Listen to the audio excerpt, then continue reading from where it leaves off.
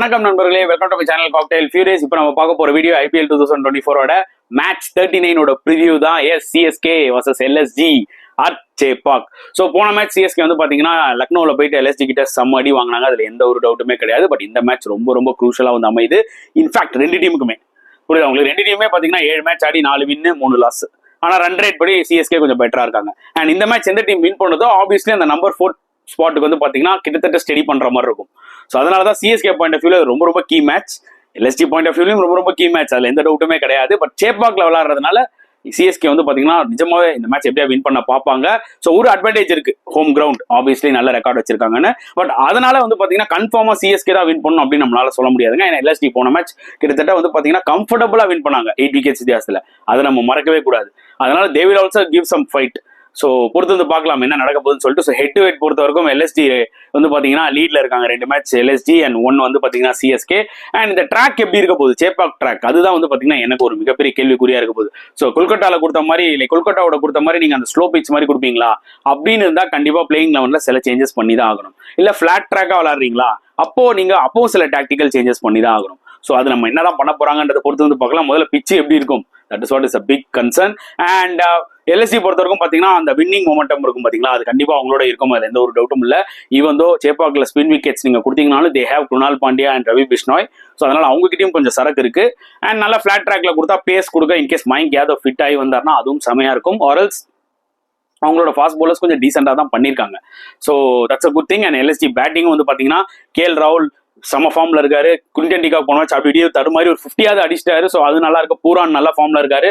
So அவங்களோட vulnerable players like Deepak Hooda, inconsistent Badoni, inconsistent Stoinis கூட சொல்லலாம், அவங்களெல்லாம் எக்ஸ்போஸ் பண்ண மாட்டேங்கிறாங்க இந்த கிட்டத்தட்ட இந்த 3 பேட்ஸ்மேன். ஸோ அதை வந்து CSK எக்ஸ்போஸ் பண்ணுவாங்களா அப்படின்றத நம்ம பொறுமையா பார்க்கணும்.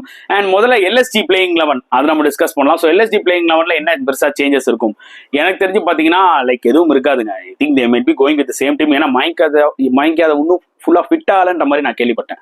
ஸோ நிறைய பேர் எதிர்பார்த்துட்டு இருக்காங்க மயங்க் யாதவ் விளையாடுவாருன்னு. But I don't think so. Justin Langer கூட அவர் வந்து ஆல்மோஸ்ட் ஃபிட், விளையாட வாய்ப்பு இருக்குன்ற மாதிரி சொல்லியிருக்காரு. பட் ரிஸ்க் எடுப்பாங்களா, that is what is my concern. I don't think so that will happen. அது மீறி ஆனாலும் வந்து பாத்தீங்கன்னா லைக் ஒருவேளை மேட் ஹென்ரியை உட்கார வச்சுட்டு மயங்க் யாதவ் கொண்டு வந்துட்டு ஒரு கைல் மையர்ஸ் மாதிரி ஒரு பேட்ஸ்மேனை எக்ஸ்ட்ராவா ஆட் பண்ணுவாங்களோ. என்னதான் இருந்தாலும் நல்ல ஒரு ஸ்குவாடுங்க LSG, அதுல எந்த ஒரு மாற்றமும் கிடையாது. சரியான ஸ்குவாடு, எப்படி வேணாலும் அவங்க பிளேயர்ஸ் ஷஃபிள் பண்ணிக்கலாம், அந்த மாதிரி இருக்கு ஆக்சுவலா டீம். கரெக்ட் டைம்ல அவங்க பீக் ஆறாங்க, அதுதான் உண்மையா சொல்லி ஆகணும். So when it comes to CSK நம்ம பார்த்தீங்கன்னா நிறைய கன்ஃபியூஷன் இருக்கு டாப் ஆர்டர்ல. எதுக்கு ருத்துராஜ் கைக்வாட் நம்பர் 3ல விளையாடுறாரு, எதுக்காக ரஹானே சடனா ஓப்பனிங் போனாரு, ரச்சின் ரவீந்திராவோட ஃபார்ம் மிசரபிளா இருக்கு லாஸ்ட் 5 மேட்சா.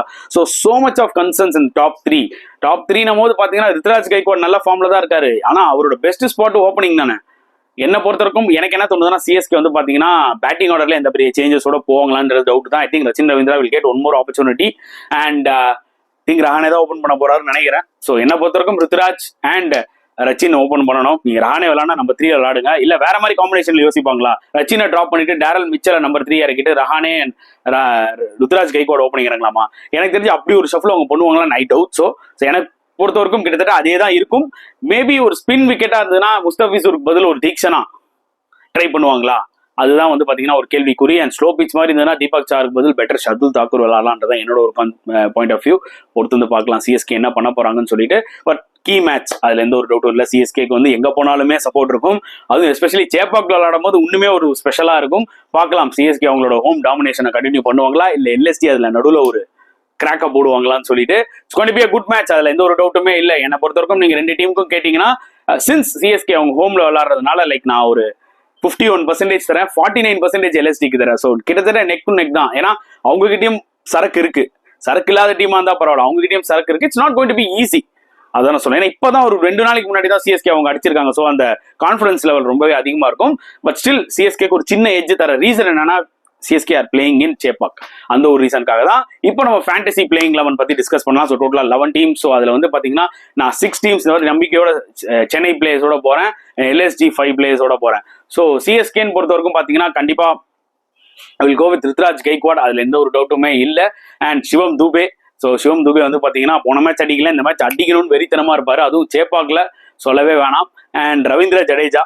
So Ravindra Jadeja will be definitely useful, அதுல எந்த ஒரு டவுட்டுமே கிடையாது. மொயின் அலி அண்ட் பத்திரானா அண்ட் டெஃபினட்டா வந்து பாத்தீங்கன்னா இன்கேஸ் அந்த second pacer either they may go with Mustafizur Mustafizur எடுத்துக்கோங்க.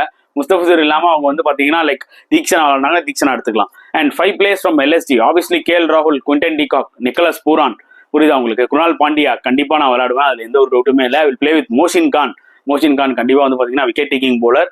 ஸோ அதனால இதுதான் என்னோட பிளேயிங் 11, ஃபேண்டசி பிளேயிங் 11. உங்களுக்கு இது பிடிச்சிருந்தா உங்களோட ஃபேண்டசி டீம்ல எடுத்துக்கோங்க. அண்ட் உங்களோட கருத்துக்களை மறக்காம கமெண்ட் செக்ஷன்ல போட்டுருங்க. இந்த வீடியோ பிடிச்சிருந்தா லைக் பண்ணுங்க, ஷேர் பண்ணுங்க, முடிஞ்சா சப்ஸ்கிரைப் பண்ணுங்க. ஸோ நெக்ஸ்ட் வீடியோல பார்க்கலாம் ஃப்ரெண்ட்ஸ். அண்டில் தென் பாய்.